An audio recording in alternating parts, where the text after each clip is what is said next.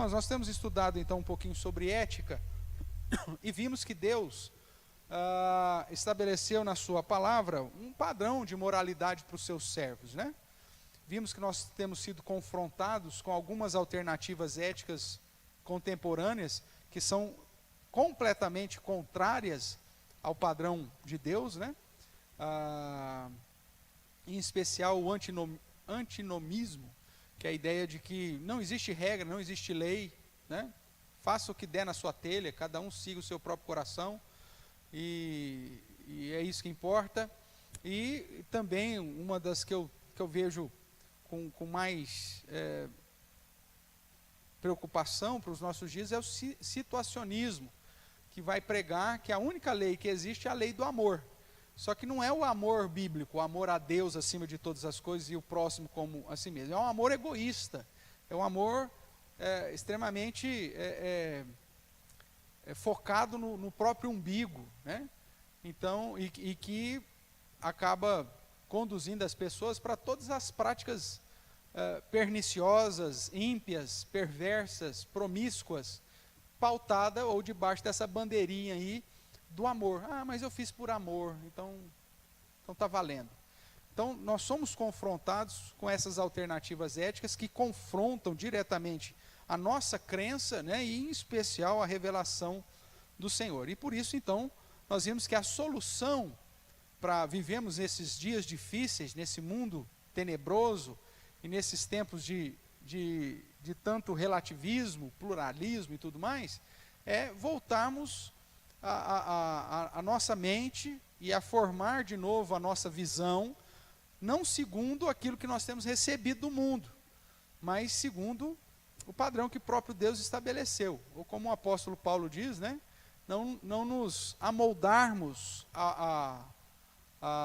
ao presente século, mas transformar a nossa mente e assim, de fato, andar segundo o padrão que o próprio Deus espera de todos aqueles que o temem. Nós vimos aí que dentro desse conflito ético, a única solução para os crentes, para aqueles que creem em Deus, que temem a Deus e andam na sua palavra, é adequar a nossa ética ao padrão apresentado por Deus e a sua palavra. E por isso nós temos estudado a síntese da moralidade de Deus, né? Lá em Êxodo capítulo 20, os chamados 10 mandamentos. E eu convido você então a abrir a palavra do Senhor lá. Êxodo capítulo 20, hoje nós chegamos aqui no verso 8 até o verso 11. Hoje nós vamos começar a tratar aí sobre o quarto mandamento. Esses 4 primeiros mandamentos referem-se às obrigações morais que temos para com Deus, o Criador, e depois os 6 outros mandamentos referem-se ao nosso relacionamento com o próximo, com a criação de um modo geral. E aí então, Êxodo capítulo 20, nós já trabalhamos com o prefácio, já trabalhamos com o primeiro mandamento, né, que chama a atenção para essa ideia da exclusividade. Vimos também o segundo mandamento, que trata da questão de adorar somente a Deus, da prioridade que devemos dar a Deus. E também já tratamos do terceiro mandamento, que é de não usar o nome de Deus em vão.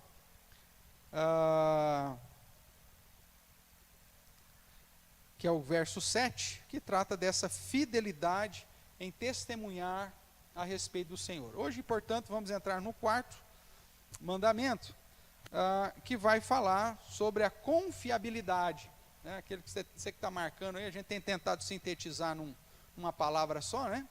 Então, o primeiro mandamento é exclusividade, segundo mandamento prioridade, terceiro mandamento fidelidade, e o quarto mandamento essa confiabilidade. E depois os outros 6 vão focar a lealdade, né?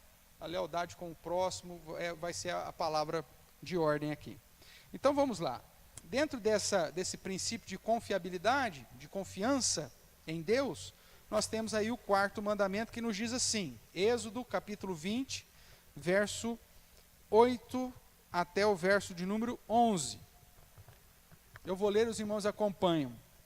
Lembra-te do dia de sábado para o santificar. 6 dias trabalharás e farás toda a tua obra, mas o 7º dia é o sábado do Senhor, teu Deus.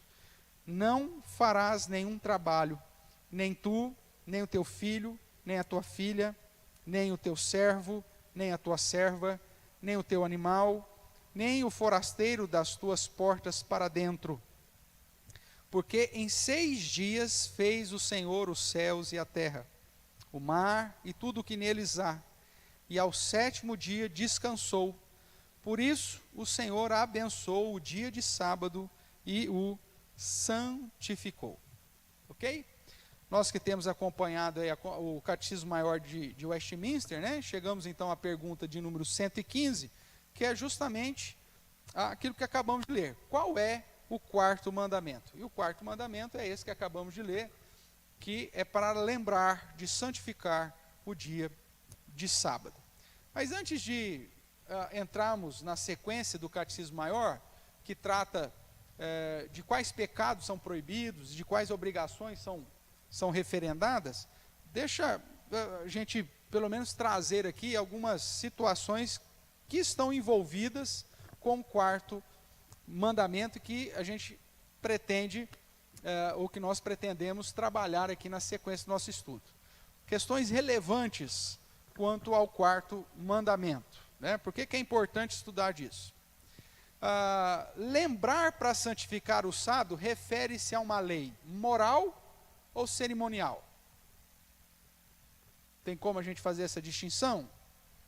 E dependendo da distinção, isso muda o que significa lembrar para santificar? Vamos tentar trabalhar isso. Qual que é o verdadeiro significado dessa palavra, santificar, no corpo da lei? O texto nos diz que o 4º mandamento é: lembra-te do dia de sábado para o santificar. O que significa isso, santificar? Qual que é o intuito dessa expressão santificar? Ok? Vamos ver o que o Catecismo diz e vamos ver também, ampliar um pouco mais aquilo que as Escrituras apontam, né? O que mais? Esta lei está baseada nas leis perpétuas de Deus, de Gênesis. Porque quando nós olhamos lá para Gênesis, veja que a parte final aqui, o anexo a esse mandamento, é que nós devemos lembrar do dia de sábado para santificar, porque Deus fez os céus e a terra, o mar e tudo que neles há em 6 dias. E no 7º dia descansou, e por isso abençoou o dia de sábado, o dia de sábado, e o santificou. Então, quando você vai lá para Gênesis, no registro da criação, você se depara com os 3 mandatos de Deus. Lembra dos mandatos de Deus? Isso aqui é essencial, hein, na ética cristã. Lembra ou não? Vamos fazer uma pesquisinha rápida aqui. Quem se lembra dos mandatos de Deus de Gênesis? Isso é tão importante que na classe de catecúmenos a gente coloca lá como, no curso de teologia, né, básica, a gente coloca como uma introdução. No curso dos oficiais, teve uma aula sobre vida cristã que nós tratamos só sobre o mandato de Deus, porque isso está relacionado à ética, ao modo de vida. E o que seriam esses 3 mandatos de Deus? Quando nós olhamos para Gênesis, nós vemos que Deus, primeiro, Ele ordena, traz algumas ordenanças para que o homem esteja atento. E nós dividimos isso em 3 mandatos. Primeiro, o mandato social. O que é o mandato social? É quando Deus olha para o homem e diz: crescei e multiplicai, enchei a terra, procriai. Ou seja, há uma responsabilidade no homem dentro das questões familiares, das questões sociais, de padrão ético, de uma postura familiar, de uma postura que exalte ao Senhor. O segundo mandato de Deus é o mandato cultural: dominai a terra e sujeitai todas as coisas, que trata da questão do trabalho. O trabalho não é maldição, né? Deus, inclusive, traz esses mandatos antes do pecado, antes da queda. E o trabalho foi colocado sobre o homem, mesmo antes dele pecar, como algo bom, como algo para glorificar a Deus. Depois do pecado, nós temos os cardos e abrolhos, né? O suor do rosto. A dificuldade do trabalho é que é a maldição. Mas o trabalho em si não é. E faz parte desse mandato de Deus de você ser produtivo, de não ter uma vida ociosa, não ser vagabundo, né? Você correr atrás, pelo menos ser instrumento aí para não gastar o oxigênio à toa, não é verdade? Não ser um peso morto nesse mundo. Isso faz parte da responsabilidade do mandato cultural. E o terceiro mandato, que é o que nos interessa, é o mandato espiritual, onde Deus, mesmo antes do pecado, antes da queda, diz para que o homem santificasse o dia de sábado. Então será, a pergunta aqui, a lei, o quarto mandamento, está baseado nessas leis perpétuas de Deus, lá de Gênesis? Quais seriam essas leis perpétuas? Vamos lembrar? Quando ele institui a circuncisão, aliança perpétua, né? Quando ele faz o memorial da Páscoa, memorial perpétuo. Então, são determinações de Deus antes da lei de Moisés, que tem esse princípio de ser um padrão para sempre, um padrão perpétuo. Será que o guardar o sábado se enquadra nessas leis perpétuas? E se enquadra, em que sentido se enquadra? Na perspectiva moral ou na perspectiva cerimonial? Tudo bem? Vamos tratar disso então. O que mais? Sabemos que a lei cerimonial, ela foi cumprida e abolida em Cristo. Mas se o guardar o sábado pertence à lei moral, por que não guardamos? Por que a gente não guarda o sábado? A gente descansa no domingo. Seria um erro?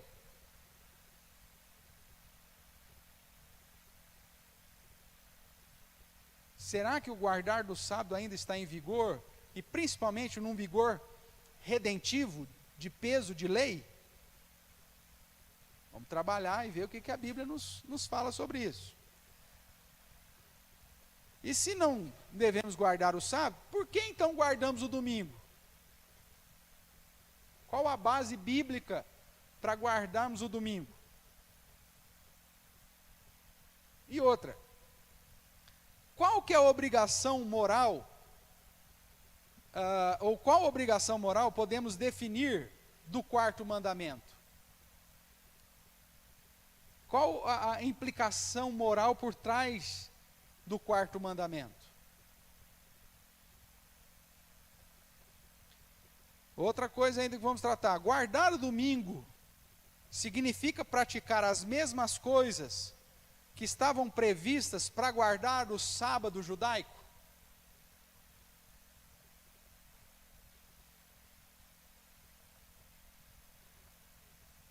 Por que alguns cristãos mantêm essa ideia de guardar o sábado?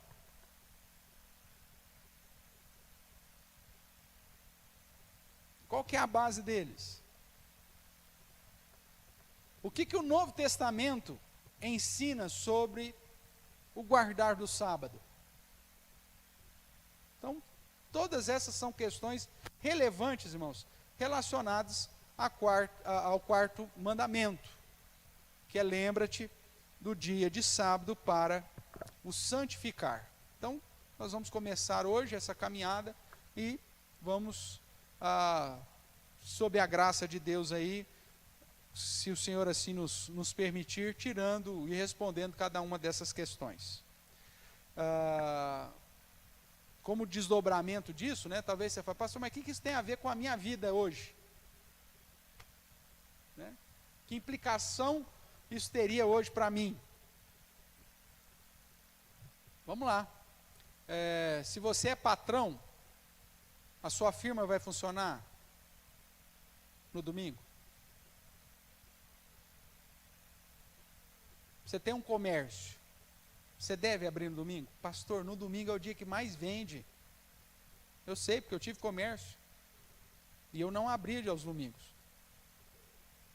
Meu comércio era próximo ainda do Mercadão Municipal, que era o dia que mais tinha movimento. Então você imagina um comerciante dentro de uma perspectiva de um centro comercial, cujo melhor dia de venda e de faturamento é o domingo. Aí você fecha as portas. Pastor, precisa disso, pastor? E se eu sou empregado? Como que eu lido com isso?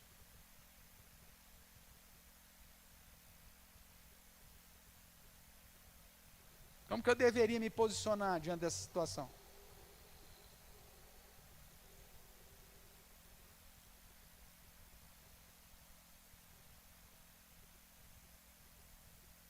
E será que Deus está preocupado com isso? Se Ele colocou nos 10 mandamentos como um princípio ou como uma obrigação moral, certamente Ele está preocupado.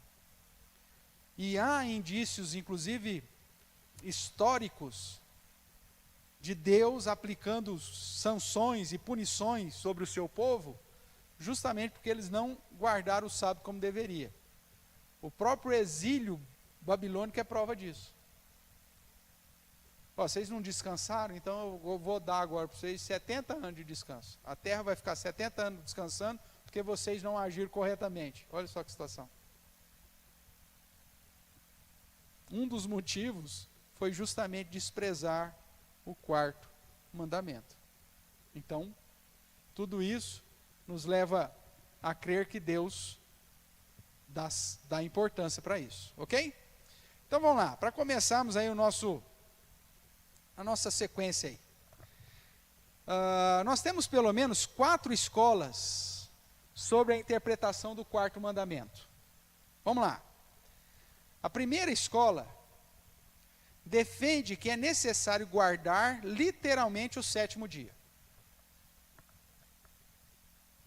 Que ainda está em vigor a guarda do sábado, o 7º dia. Então existe essa escola que diz, nós temos que guardar o sábado. A igreja adventista do 7º dia, por exemplo, é uma das que tem pregado isso, e pregado isso, inclusive, como eles, na parte soteriológica, a salvação não é pela graça, é meritória. Se você não guarda o sábado, você perde a salvação. Para eles é simples assim. Para ser salvo, você tem que guardar o sábado. Veja, visão soteriológica da salvação em méritos, em guardar de posturas. Nós sabemos, biblicamente falando, que a salvação não é por méritos, não é por obras, é pela graça, tá? Mas existe essa escola aí quanto à interpretação do 4º mandamento. Tem que guardar literalmente o 7º dia. Não serve o domingo, não serve a segunda, não serve qualquer outro dia. Tem que ser o sábado. A segunda escola de interpretação do 4º, sabe assim, gente, não tem que guardar dia nenhum. Todos os dias devem ser santificados. Você deve viver para Deus todos os dias. Então não tem essa de guardar um dia. Você vai viver para Deus todos os dias. Tem uma outra escola. Nós vamos ver se isso está certo ou está errado depois. Terceira escola. Após a ressurreição de Jesus Cristo, que se deu no domingo, o dia que deve ser guardado é o domingo. Só que nos padrões do Antigo Testamento. Tudo aquilo que era proibido fazer no sábado cerimonial aos judeus tem que ser aplicado hoje. Então você não faz absolutamente nada. Você não pode viajar no domingo, você não pode ir na padaria no domingo, você não pode abastecer no domingo, você não pode comprar o frango assado no domingo. Você não pode lavar a louça no domingo. Você não pode assistir o campeonato de futebol no domingo. Você não pode Fórmula 1. Ou seja, no domingo você tem que guardar rigorosamente como se fosse o sábado cerimonial do Antigo Testamento. Tudo bem? E uma quarta escola diz que o 4º mandamento traz uma obrigação moral de separar um dia para o Senhor, porém, sem o cerimonialismo do Antigo Testamento. E aí eu preciso identificar, então, os limites dessa obrigação moral, para que eu também não venha defraudar o dia do descanso. Tá? Mas são as 4 possíveis escolas de interpretação, ou de linhas de interpretação do 4º mandamento. Ficou claro essas 4 escolas aqui, irmãos? Certamente você já deve fazer alguma conexão. Essa escola aponta para aquilo está errado por causa disso e tal. Mas a gente vai trabalhar junto para identificar isso corretamente. Tudo bem? Ainda nesse início de conversa, para compreendermos corretamente o significado do 4º mandamento, além do estudo das Escrituras, nós temos que assumir, por princípio, fugir de 2 possibilidades. Fugir do legalismo e, ao mesmo tempo, fugir do antinomianismo. O que seria isso? Vamos lá. Legalismo.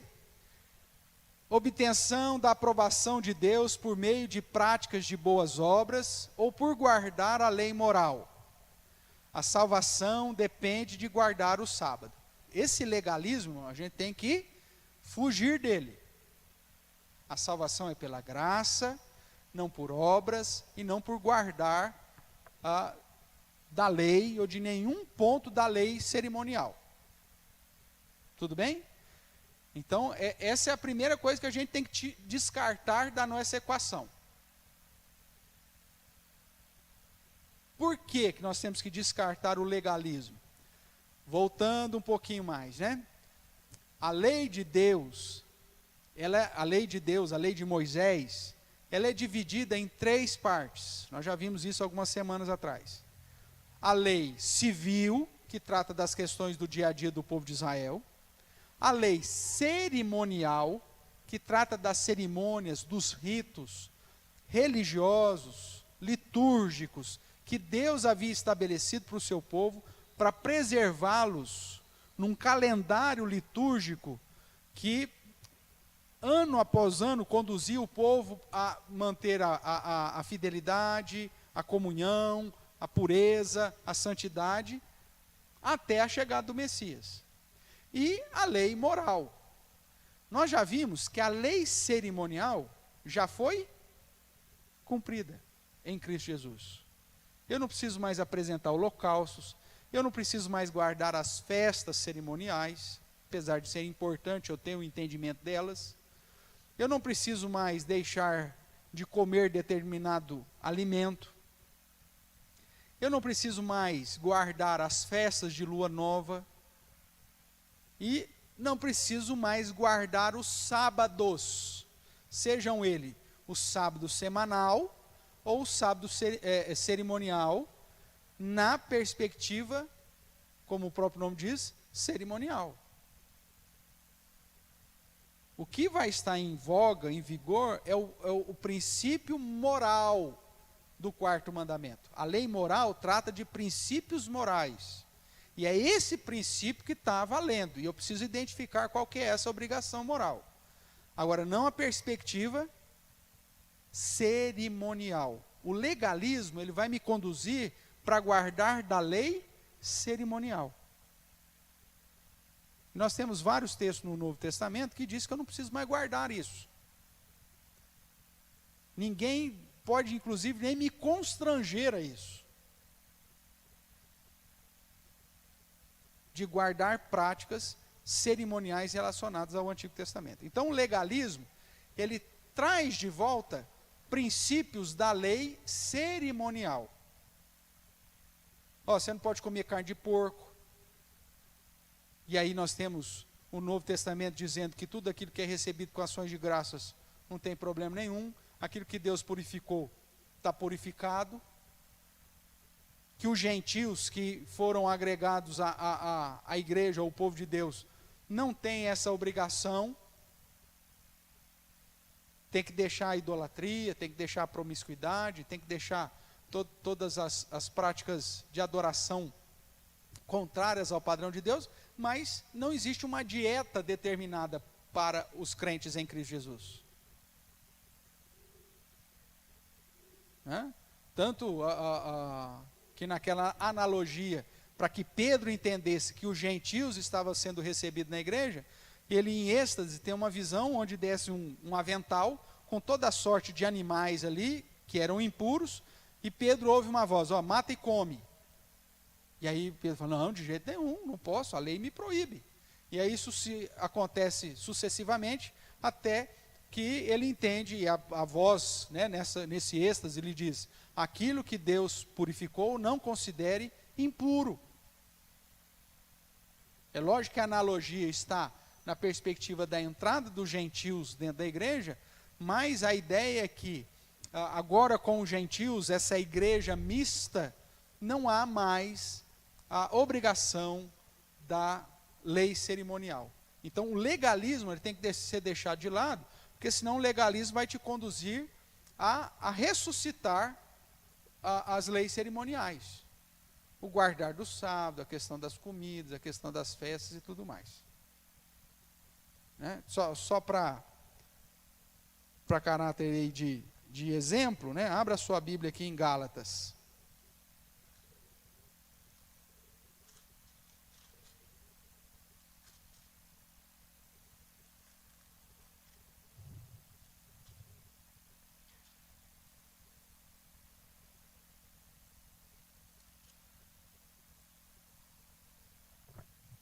Vamos achar aqui.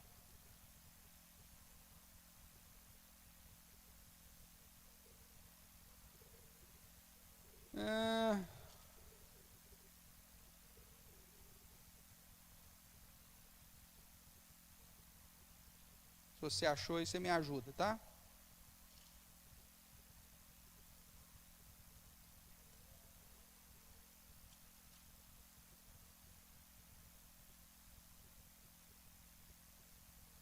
Isso, vamos lá. Tem um outro texto ainda mais claro, né? Mas aqui, por exemplo, Gálatas 4, verso 8 diz, outrora, porém, não conhecendo a Deus, servis a Deus que por natureza não são. Mas agora que conheceis a Deus, ou antes, sendo conhecido por Deus, como estáis voltando outra vez aos rudimentos fracos e pobres, aos quais de novo quereis ainda escravizar-vos? Guardais dias e meses e tempos e anos. Receio de vós tenha eu trabalhado em vão convosco. Então, a ideia, irmãos, é que nós não temos mais a obrigação da lei cerimonial, porque nós já fomos libertos em Cristo Jesus, justamente de todas essas obrigações. E agora, ninguém, inclusive, pode me constranger a aguardar esses dias, né? A voltar a esses rudimentos da lei antiga, que já foi cumprida em Cristo Jesus. Nós temos outros textos, né, que nos apontam para isso. No momento que a gente for estudando aqui, nós vamos trabalhando, mas há uma passagem específica, me fugiu agora a citação, onde Paulo mesmo diz, né, ninguém vos venha julgar por causa de comida, ou bebida, ou festas de lua nova, de sábados, né, ou nenhuma outra prática da lei cerimonial. Por isso, então, o legalismo tem que ser deixado de fora, porque o próprio Novo Testamento fala a respeito dessa prática de deixar o legalismo, ou seja, da lei cerimonial, sendo ressuscitada e trazida de volta para as práticas do dia a dia. Tudo bem? Vamos aqui. Então, e o outro extremo aí que tem que ser rechaçado, né, que a gente precisa fugir, é esse antinomianismo, que é que diante da graça, da fé, a lei perdeu a sua utilidade. E eu não preciso me preocupar em guardar nada da lei, inclusive da lei moral. Deus é amor, Ele vai me perdoar, então eu não preciso me preocupar com nenhuma moralidade de Deus, com nenhuma perspectiva ética de Deus. Deus é só viver e que no fim vai dar tudo certo. Esse é um outro extremo. Nós temos algumas igrejas luteranas que seguem esse padrão de que rejeitam a lei, em Cristo eu sou liberto, então eu não preciso me preocupar com nenhuma expectativa ou nenhuma parcela da lei, né? Desprezo a lei cerimonial e desprezo também a lei moral. E aí o liberalismo acaba sendo reinante na vida desses que desprezam a moralidade estabelecida por Deus. Então, a gente tem que ser criterioso dentro da aplicação da nossa justiça. Nem voltarmos para as práticas da lei cerimonial e nem abandonarmos ou desprezarmos a existência de uma moralidade da lei moral que Deus instituiu. Abra a sua Bíblia mais uma vez, agora em João. Capítulo 7. João 7, verso 20.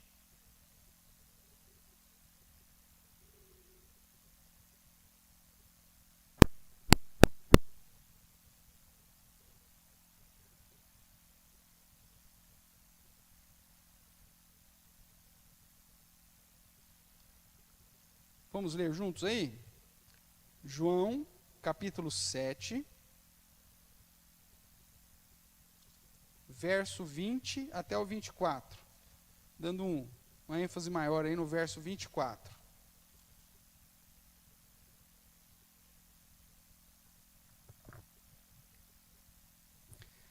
O que diz aí João, capítulo 7, verso 20?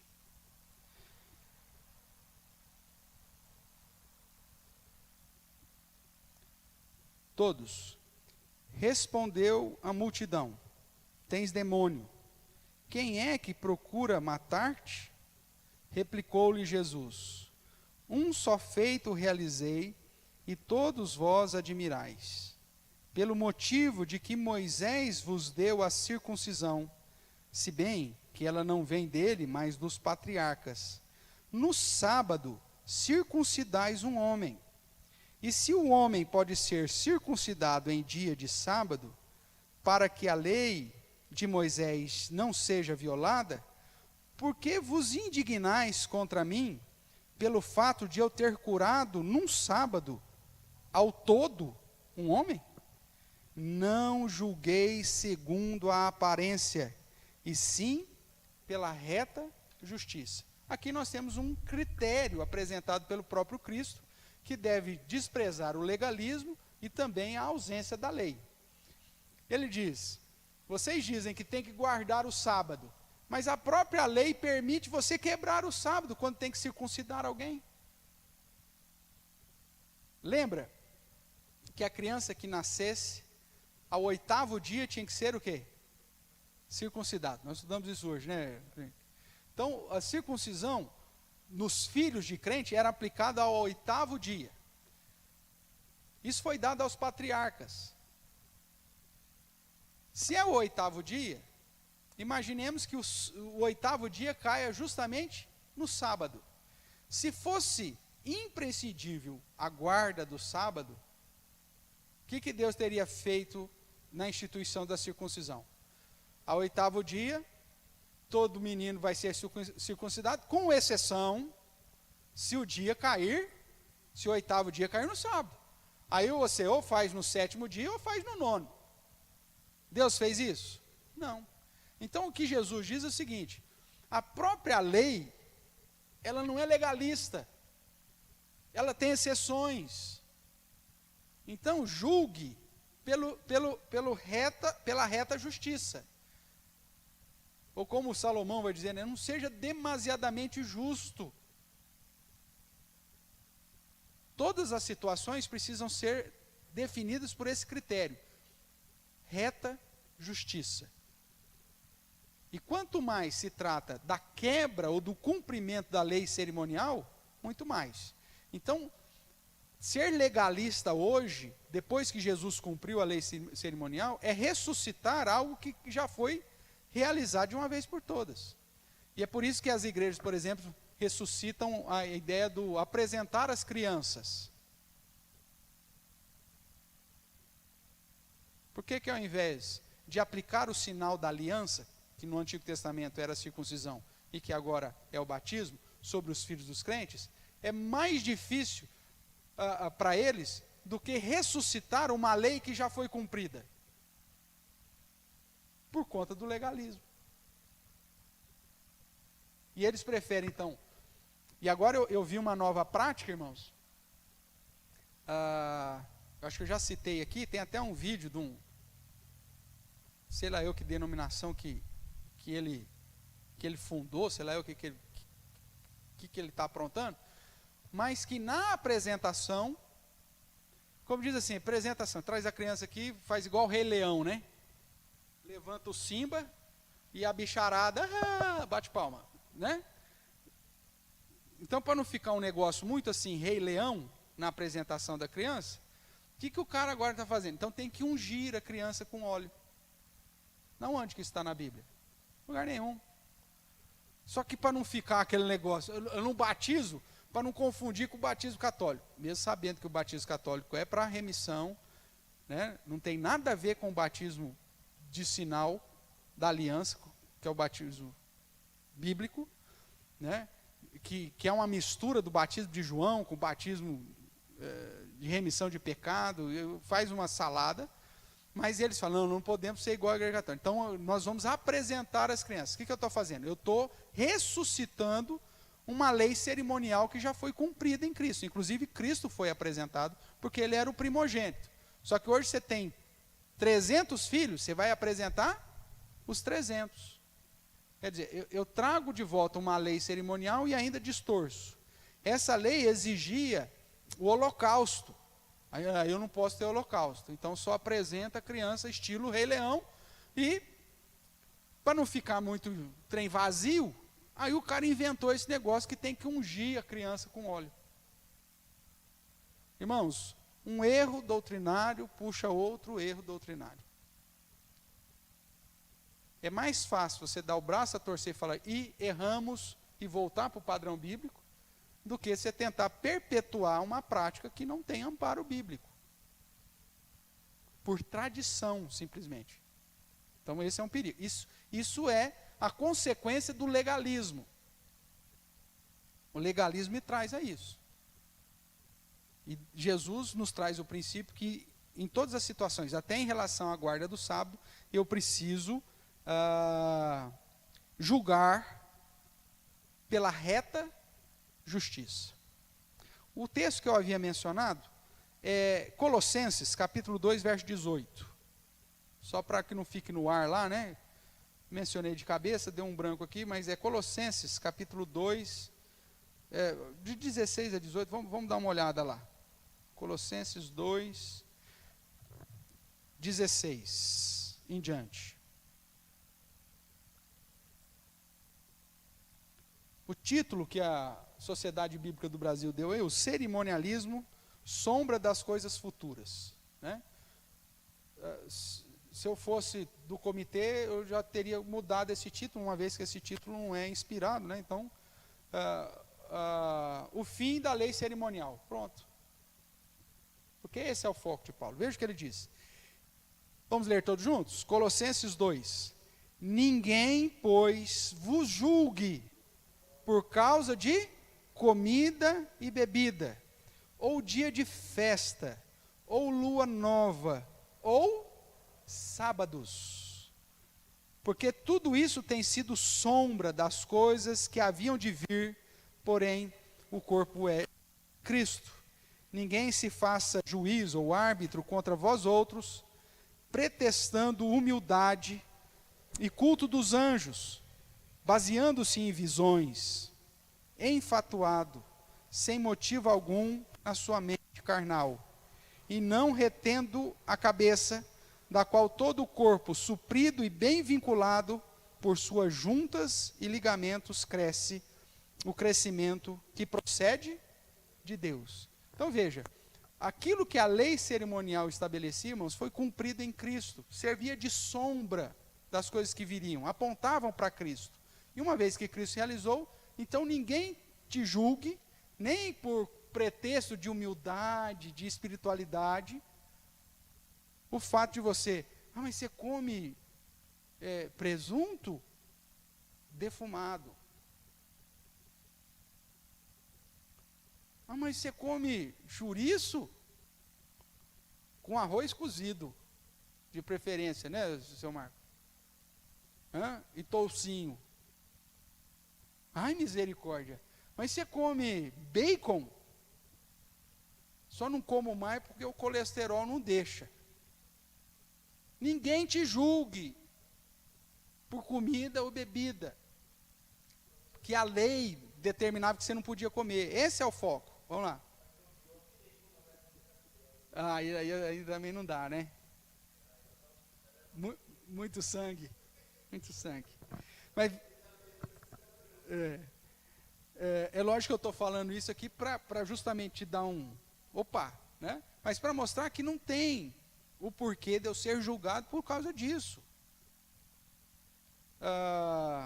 Ou dia de festa. Que dia de festa ele está relacionado aqui? Todas as festas cerimoniais, os dias que Deus, na lei cerimonial e no calendário festivo, litúrgico, havia estabelecido. O que mais? Ou lua nova. Lembrando que o calendário judaico começa em toda lua nova. O mês começa sempre na lua nova, porque é um calendário lunisolar. Ok? E toda festa de lua nova, você tinha que oferecer sacrifício, fazer uma festa por conta da chegada do mês, inclusive com holocaustos, com oferendas e com uma série de situações que a lei cerimonial exigia. E Paulo fala, você não precisa, ninguém vai te julgar se você não faz isso. Porque isso era sombra, já passou. E aí, por fim, ele vai dizer, no verso 16, ninguém vos julgue por causa dos sábados.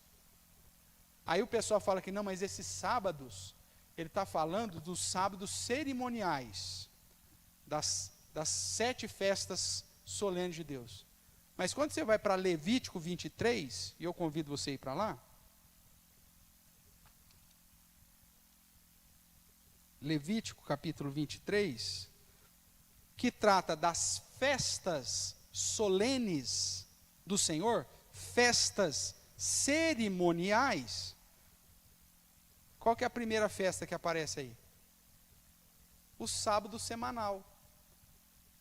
O sábado semanal está dentro, depois vem a Páscoa, depois vem asmos, depois vem primícias, depois vem Pentecostes, depois vem trombetas, depois vem expiação, depois vem tabernáculos. Mas o sábado semanal está incluído entre as festas cerimoniais. Então, quando Paulo fala que ninguém me julgue por festas, inclui o sábado, e ninguém me julgue por conta dos sábados, refere-se ao sábado semanal e ao sábado cerimonial. Simples assim. Então veja aí, capítulo 23 de Levítico. As festas solenes do Senhor. Disse o Senhor a Moisés, fala aos filhos de Israel dizendo, as festas fixas do Senhor que proclamarei serão santas convocações, são estas as minhas festas. A primeira festa cerimonial. 6 dias trabalhareis, mas o 7º será o sábado do descanso solene, santa convocação. Nenhuma obra fareis. É sábado do Senhor em todas as vossas moradas. Essa santa convocação aponta, irmão, para você entender de uma maneira simples, feriado. Feriado para Deus. E assim vai acontecer em todas as outras festas. Mas o que eu quero chamar a sua atenção é que o sábado semanal, e por isso que ele diz, 6 dias trabalhareis e o 7º você descansa, é festa. O sábado semanal está incluído entre as festas solenes. Então, veja, eu não posso ser legalista ao ponto de dizer que somente o sábado semanal continua em vigor da lei cerimonial. As outras não, mas o sábado semanal continua. Não, meu amigo, tudo da lei cerimonial já foi cumprido. Inclusive o sacerdócio levítico, que era a base para a lei cerimonial. Não existe mais levita. Mesmo que essas igrejas por aí ficam consagrando os caras como levita. Né? Ou como tem a piadinha lá, só se ele levitar para ser levita. Porque dentro da perspectiva do sacerdócio levítico, já foi cumprido. Tanto que Jesus era da tribo de Judá, não era nem da tribo de Levi. E ele exerce o sacerdócio não por conta do sacerdócio levítico, mas porque ele é de uma ordem superior, a ordem de Melquisedeque, o rei sacerdote de Salém, que quando Abraão foi lhe dar o dízimo, adorou o Senhor e ofereceu a Abraão justamente o quê? Pão e vinho. Jesus é sacerdote dessa linhagem, porque a linhagem sacerdotal levítica acabou, já foi cumprida. E com o sacerdócio levítico, todas as festas cerimoniais. Cleito.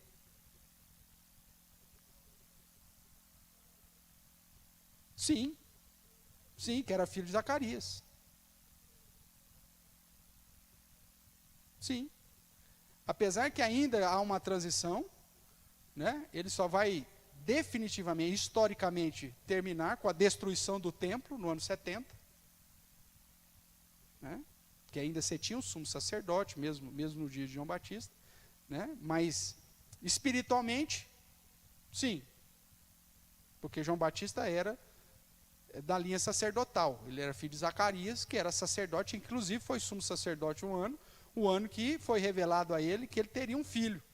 E aí ele fica mudo por causa disso. Ele vai até na presença do Senhor lá, no Santo dos Santos, e aí ele duvida, então você vai ficar mudo até o filho nascer, cara. E aí fica mudo. Entendeu? Mas aí, João Batista era, portanto, da linha sacerdotal. Mas o sacerdócio levítico, historicamente falando, termina com a destruição do templo de Jerusalém. Aí pronto, acabou. Não tem mais o que fazer. Aí você só mantém a sinagoga. Mas o templo acabou. E nunca mais foi reconstruído.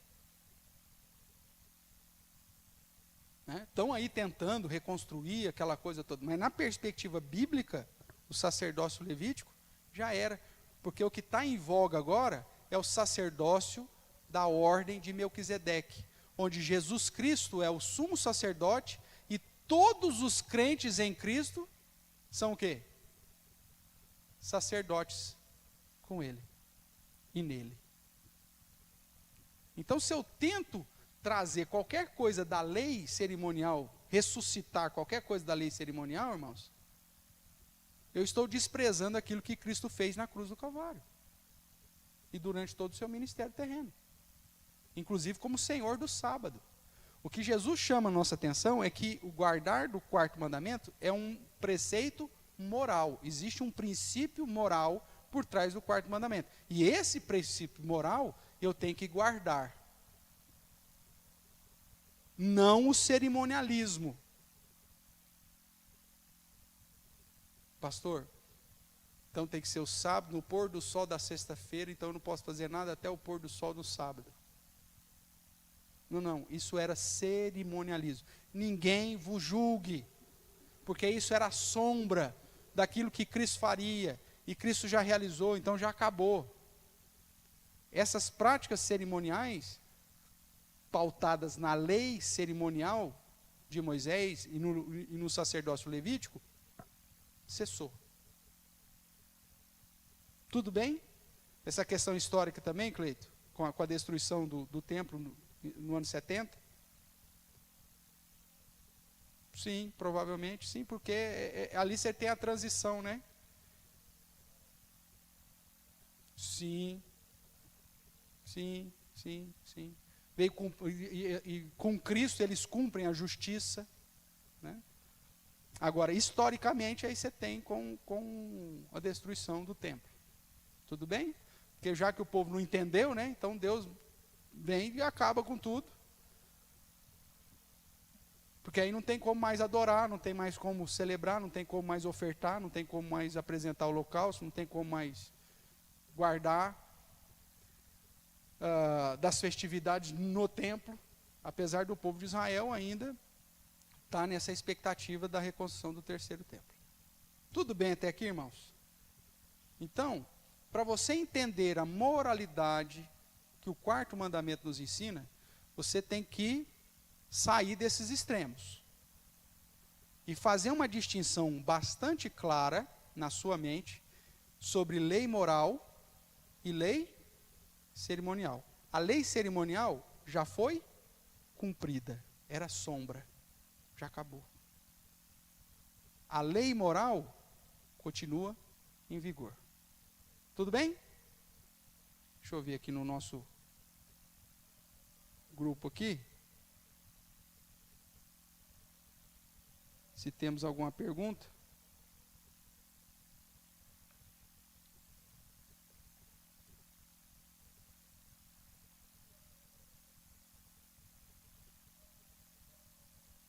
Vamos lá, não, tal, só o Tarso aqui. A Igreja Batista foi batizada faz um mês. Talvez a pergunta do Tarso seja a respeito do batismo, né?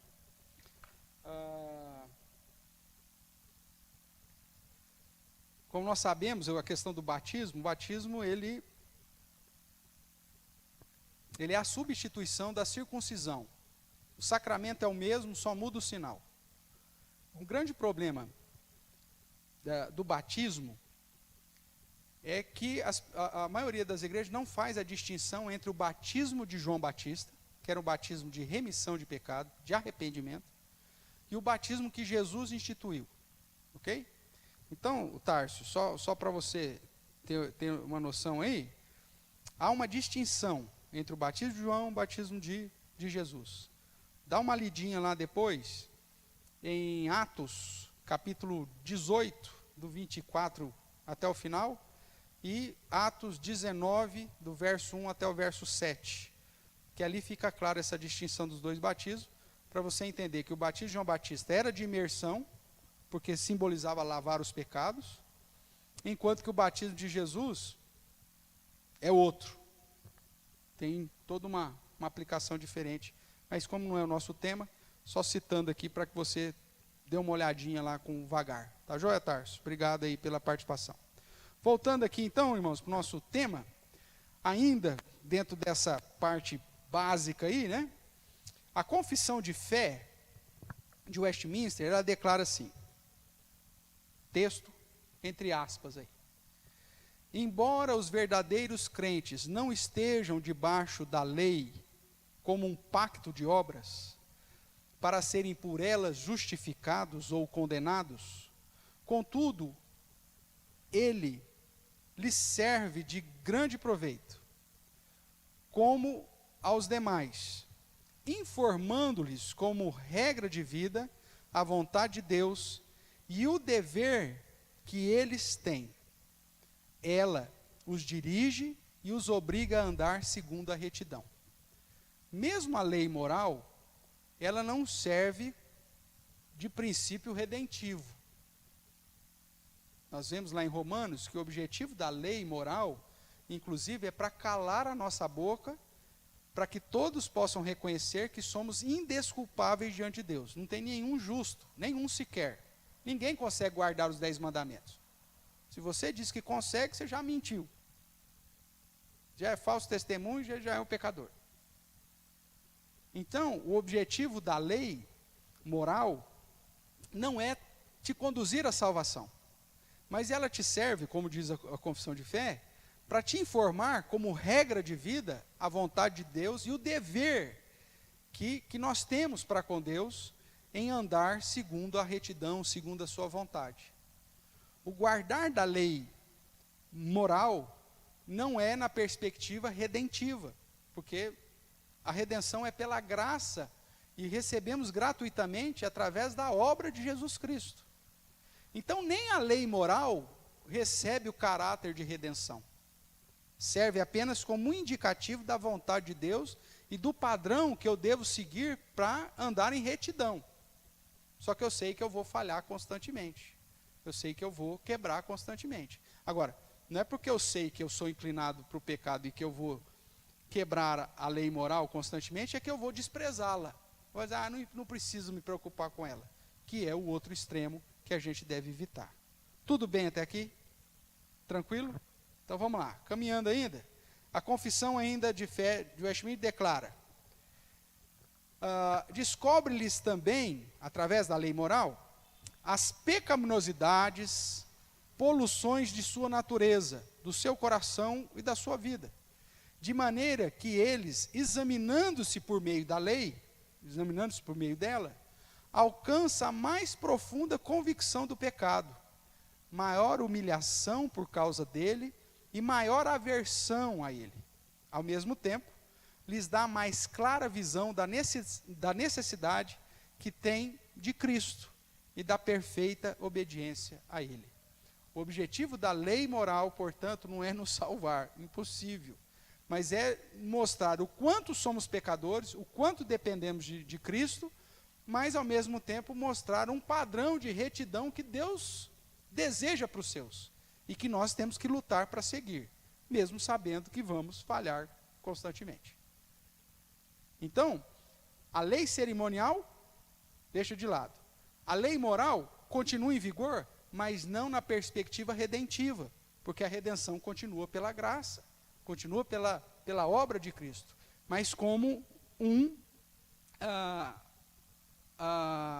uma diretriz para que nós reconheçamos a nossa condição e, ao mesmo tempo, lutemos para caminhar o mais perto possível da prática de obediência e de fidelidade à vontade revelada do nosso Deus. Tudo bem até aqui, irmãos? Ótimo. Então, vamos começar aí a trabalhar um pouquinho com o mandamento em si, entendendo o significado, então, do mandamento. Para definirmos qual escola está correta, então nós temos alguns pontos. Lembra das 4 escolas? Então, para definirmos qual escola está correta, a gente precisa aí de alguns pontos. Primeiro ponto são as expressões e significados. Volte lá para Êxodo capítulo 20, que é o foco aí do nosso estudo, verso 8, onde você tem algumas expressões. Por exemplo, lembra-te. O que significa essa expressão, lembra-te? Né?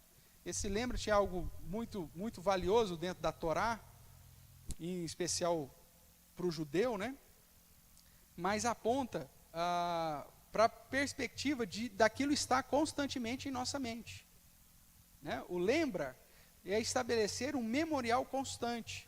Lembrar que Deus é o Criador, que em 6 dias fez todas as coisas, no 7º descansou e santificou esse dia, para que nesse dia nós pudéssemos glorificá-lo e demonstrar a Ele toda a nossa confiança de que a nossa vida não depende das nossas forças, mas da ação desse Deus soberano. Outra expressão que precisa definir aí é que santificar significa separar, consagrar ou tratar como sagrado. Então lembra do dia de sábado, para o santificar, é no sentido, olha, tenha em sua mente tudo aquilo que Cristo fez, tudo aquilo que Deus fez, o Criador fez, e tenha um dia de consagração. Um dia que você não vai confiar nos seus próprios esforços, mas vai depositar toda a sua confiança naquele que supre todas as coisas. Vamos imaginar dentro do nosso mundo contemporâneo o quão difícil é o guardar do 4º mandamento. Pensa na perspectiva capitalista. Quanto vale um dia parado no sistema capitalista?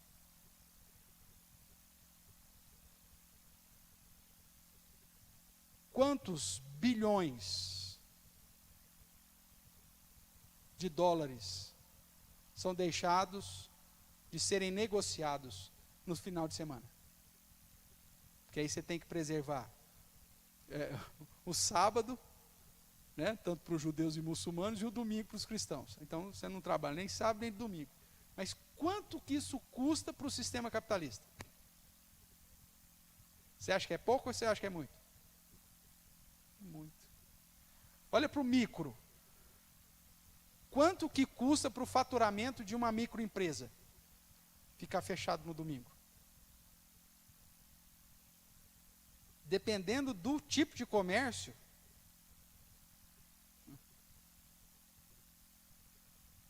fechar 4 domingos vai dar um percentual alarmante, porque o domingo é o melhor dia de venda. Pensa numa padaria. Não, dependendo do ramo, vamos pegar de entretenimento. Qual que é o dia que tem mais cliente? Domingo. Seria a mesma coisa, irmãos, que pensar num restaurante que fecha para almoço. Imagina. Pô, é o filé do faturamento dele.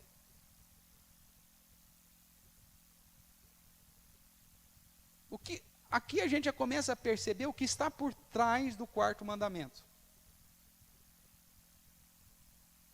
Você reconhecer que o sustento não vem dos seus próprios esforços.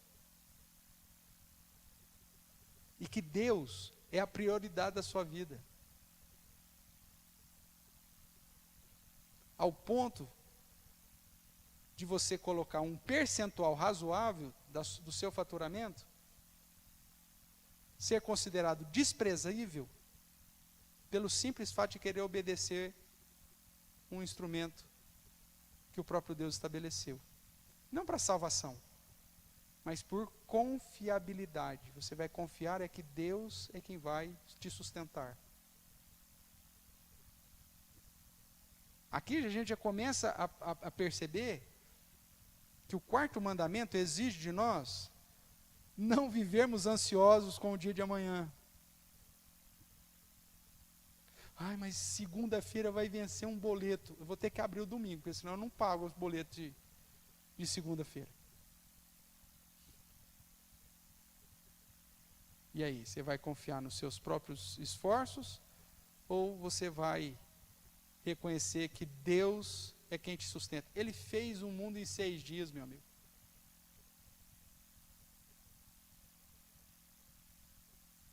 Ele estabeleceu isso.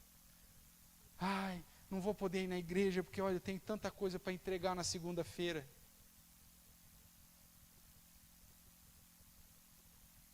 Quem é o Senhor do teu tempo, meu amigo? Veja a moralidade por trás disso. Pode falar, Léo.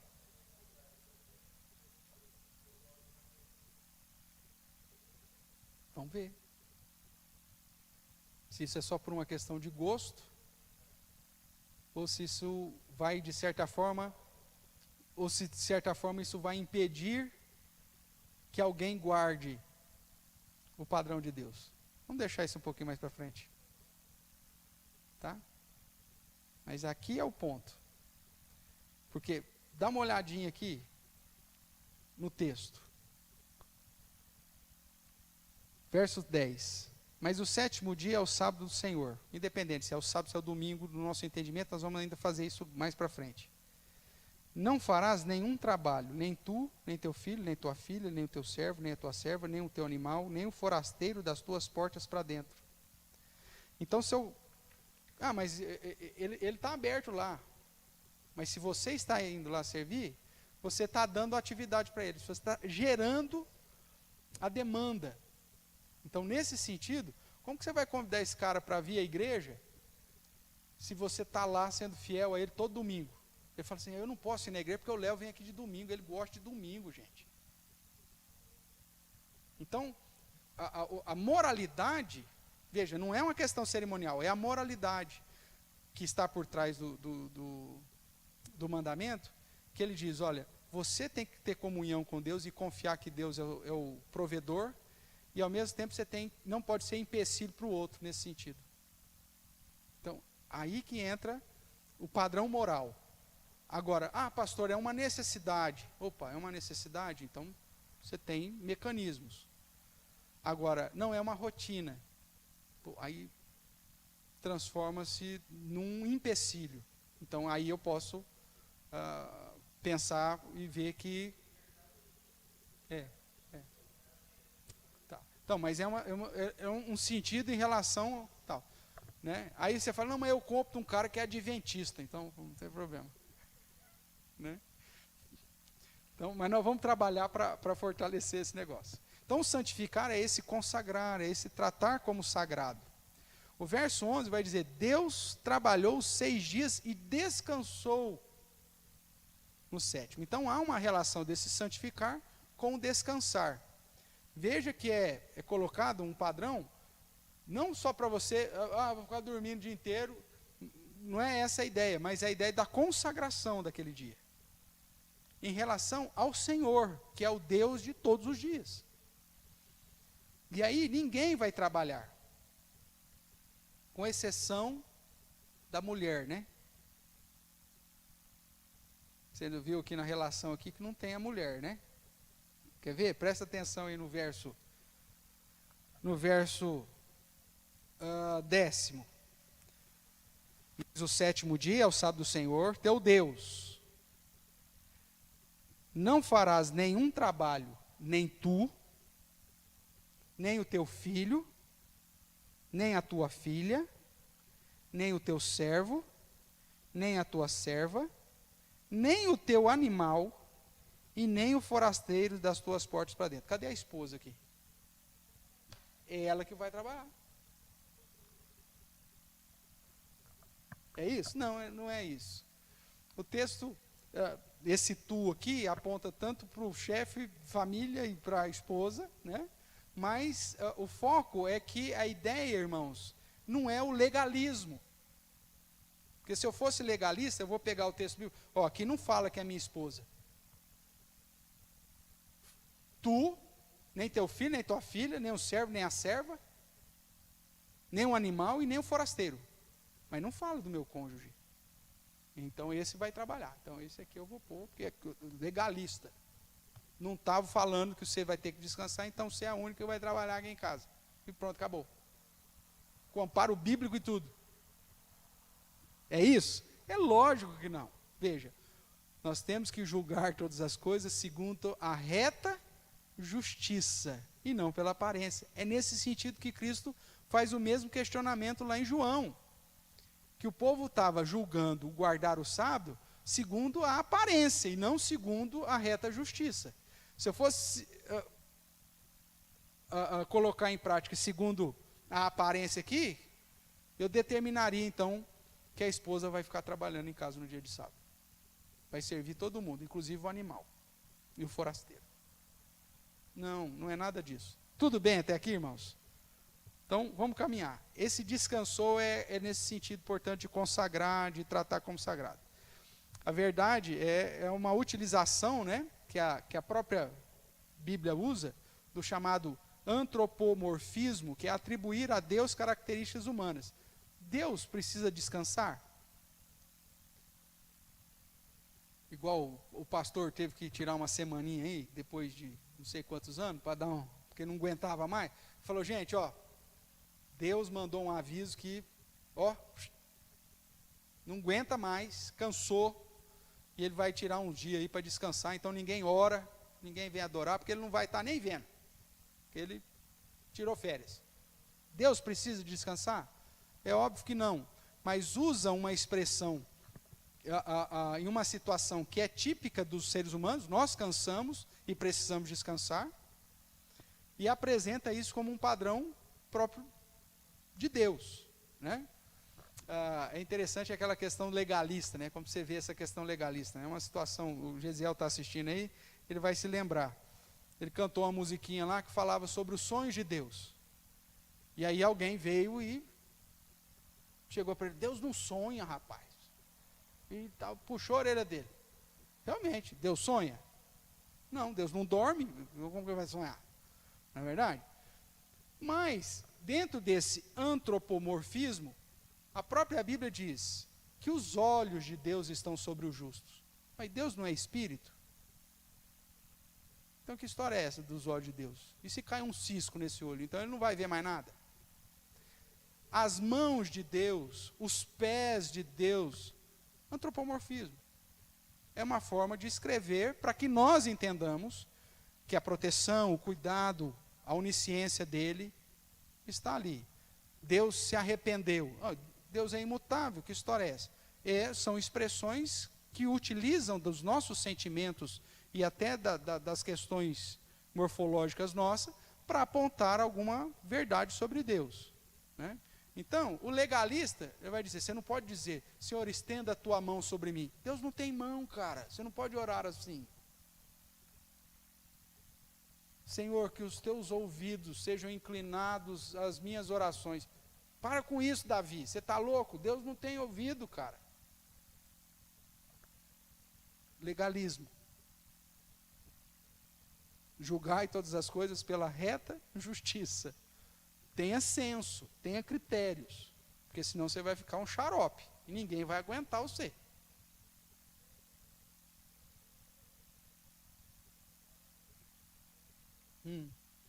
Sim. Justamente usando essas partes do corpo humano, essas sensações, esses sentimentos, para que faça sentido para nós. Pronto.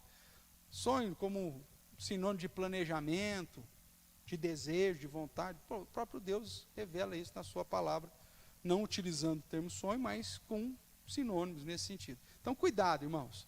Então, quando diz que Deus descansou, não é que ele estava cansado e que ele descansou. É no sentido de consagração, de separação, né?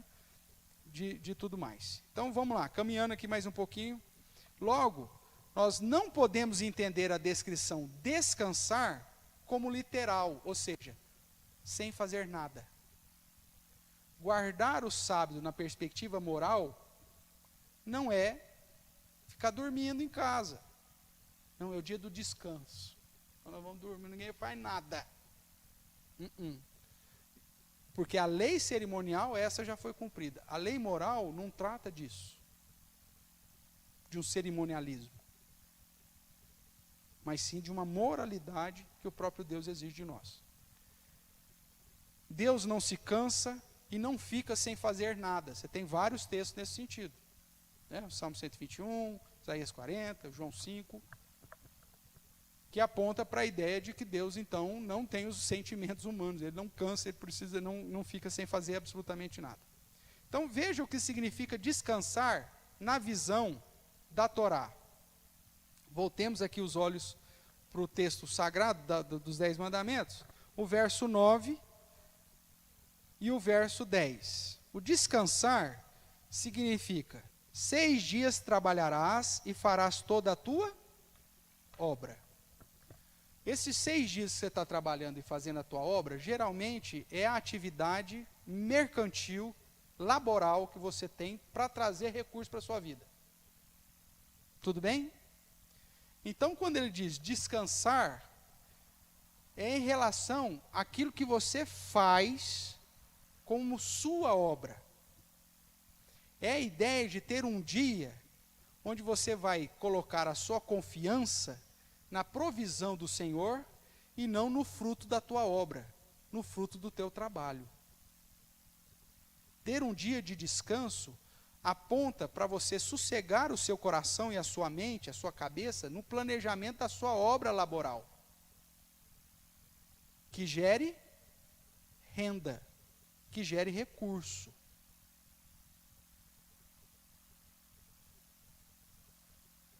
Nós vemos o próprio Senhor Jesus utilizando o sábado para curar as pessoas. Isso não é uma obra? Ah, então Jesus quebrou o sábado moralmente, porque ele trabalhou. Não, não. O foco é você tirar toda a sua mente, o seu coração, nas atividades laborais mercantis e consagrar um dia para o Senhor. Não importa quantos porcentos esse dia está relacionado ao seu faturamento. Não importa.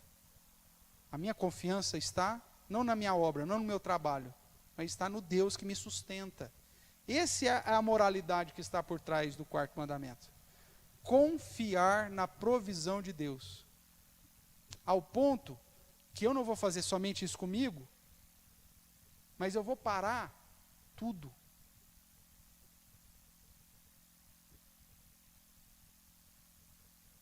Os meus servos não vão trabalhar, os meus filhos não vão trabalhar, o meu jumento não vai trabalhar, o meu gado não vai trabalhar. Ninguém. Irmãos, nós temos um princípio de moralidade aqui, da equiparação, da igualdade de todo mundo diante de Deus. Não importa se você é patrão ou se você é empregado. Nesse dia, é todo mundo igual. Essa é a moralidade. Não importa se você é o presidente da empresa ou se você é o faxineiro da empresa. Nesse dia, todos deveriam demonstrar confiança na provisão do Senhor.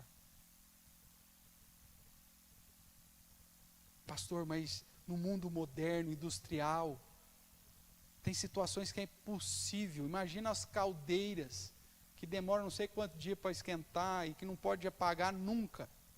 Se você deixar um dia sem trabalhar, você perde tudo. Como que nós vamos fazer agora, dentro de um contexto pós-evolução industrial, pastor? Não sei. Mas a lei continua valendo e a moralidade continua sendo apresentada.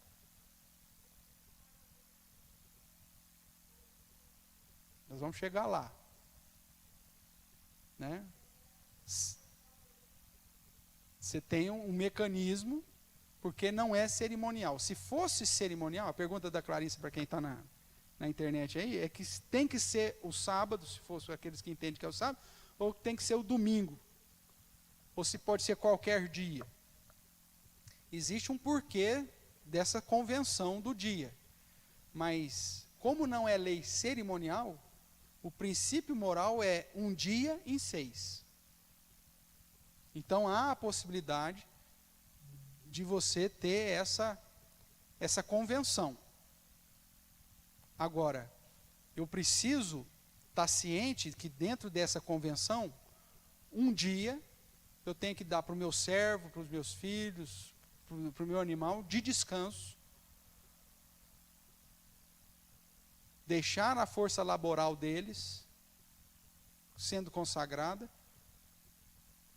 mesmo que isso hipoteticamente traria prejuízo mercantil para mim. Agora, eu preciso de elementos bíblicos para referendar isso. Então, por isso que eu não vou te dar a resposta na lata, mas a gente vai construir isso e ver se essa possibilidade existe ou não. Tá? Agora, se essa possibilidade existir, nós temos uma dificuldade que é a questão do princípio da adoração desse dia. Né? Não dá para você ficar mudando o dia para adoração, cada semana caindo num dia. Né? Você tem uma série de situações aí que a gente tem que trabalhar. Mas é possível trabalhar com isso? Eu acredito que sim.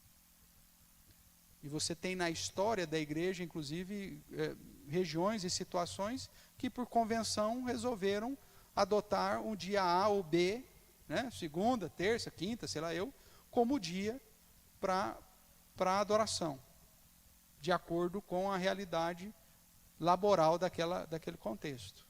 Né? Ou pelo menos em um período. Né? O período da colheita, então, que dia que dá para fazer tal dia? Então, dia tal. O importante é manter a moralidade de um dia em 6. Aí a gente vai referendar isso com o tempo. Então veja, irmãos, o descansar na visão da Torá é deixar a sua fonte de renda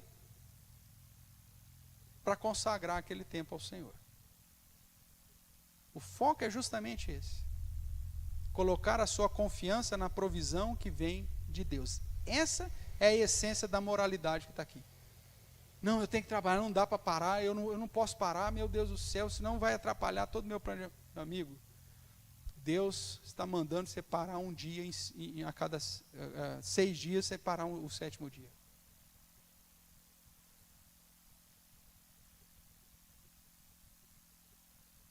Para que você não ganhe recursos. Os cristãos, né, mais antigos, que guardavam o domingo, na perspectiva inclusive da Confissão de Fé de Westminster, de bem páreo, bem próximo da guarda cerimonial do sábado, eles não faziam absolutamente nada, senão os serviços litúrgicos. Eles não compravam, não vendiam, não recebiam nem as dívidas aos domingos. né? Essa postura, por exemplo, que hoje nós vemos na igreja contemporânea, de ter talvez alguma atividade mercantil na igreja, no domingo, vai vender uma sobremesa, ou vai ter um almoço comunitário. Nem isso era permitido. E principalmente se esse serviço é um serviço que vai trazer recurso para você. Se é um serviço que vai trazer benefício ainda social, você tem amparo bíblico, sem problema nenhum. Nós vamos vender galinha caipira nesse domingo aqui, para o dinheiro comprar a cesta básica para as famílias que estão sem comida em casa. Sem problema nenhum. Nós estamos fazendo uma atividade que vai gerar bem. Ninguém está ganhando com aquela atividade ali. Ninguém está trazendo recurso para si daquela atividade. Agora, você colocar alguém vendendo alguma coisa para o seu sustento, naquele dia e ainda na igreja, isso é complicado. E aí a gente pode tratar como quebra do quarto mandamento. Né? Pastor, mas é para ajudar a família. Imagine, cada um de vocês, eu tenho o cara que vende produto de beleza, o outro trabalha com produto de limpeza, o outro trabalha, sei lá, com roupa esportiva, e está todo mundo numa situação difícil. Eu falo, então, gente, domingo cada um traz aí, a gente vê o que faz. Vamos fazer a feirinha aqui, a feirinha dos desesperados.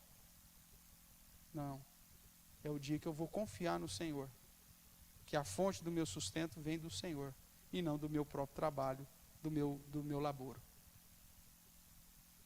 Não sei se está começando a clarear um pouquinho a moralidade aqui por trás. Sim ou não?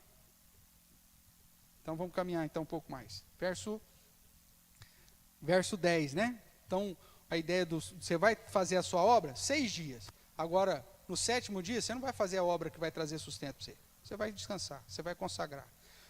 Verso 10, o 7º dia é o sábado do Senhor teu Deus. Você não vai fazer nada e ninguém dentro do contexto que você está inserido vai fazer. Você não vai fazer e não vai permitir que ninguém também faça. O pai vai na igreja, mas você vai vender picolé na praça. Não. Você não vai ter força laboral, nem o seu filho, nem a sua filha, nem o seu servo, nem a sua serva, nem o seu animal, e nem aquele que estiver morando contigo, forasteiro na tua casa, servindo você nos 6 dias que você vai trabalhar para levantar o sustento da sua casa. É para todo mundo consagrar. Confiabilidade. Lembra a primeira palavra que eu falei no início aqui? Esse é o principal princípio moral do 4º mandamento. Confiar que Deus vai nos dar o sustento que tanto precisamos. E Ele nos deu 6 dias para correr atrás disso. Esse é o foco. Então veja, interromper o trabalho que gere a sua manutenção. Afinal, o propósito do 4º mandamento é gerar confiança na provisão de Deus. Se você entender isso aqui, você entendeu o 4º mandamento. Esse é o padrão. Nós vamos parar por aqui hoje. E aí, nós vamos ver, a semana que vem, se o Senhor nos permitir, como que funcionava o sábado no Antigo Testamento. E as questões relacionadas ao sustento e à provisão da manutenção das famílias. E como que o sábado estava relacionado com essa confiança de que todo o sustento vem de Deus. Tudo bem, irmãos? Alguma pergunta até aqui?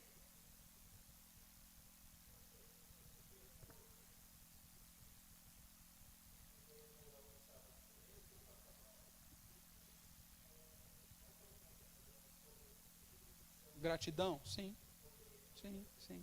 Porque o objetivo didático do dízimo, um dos, é justamente confiança que Deus é quem sustenta.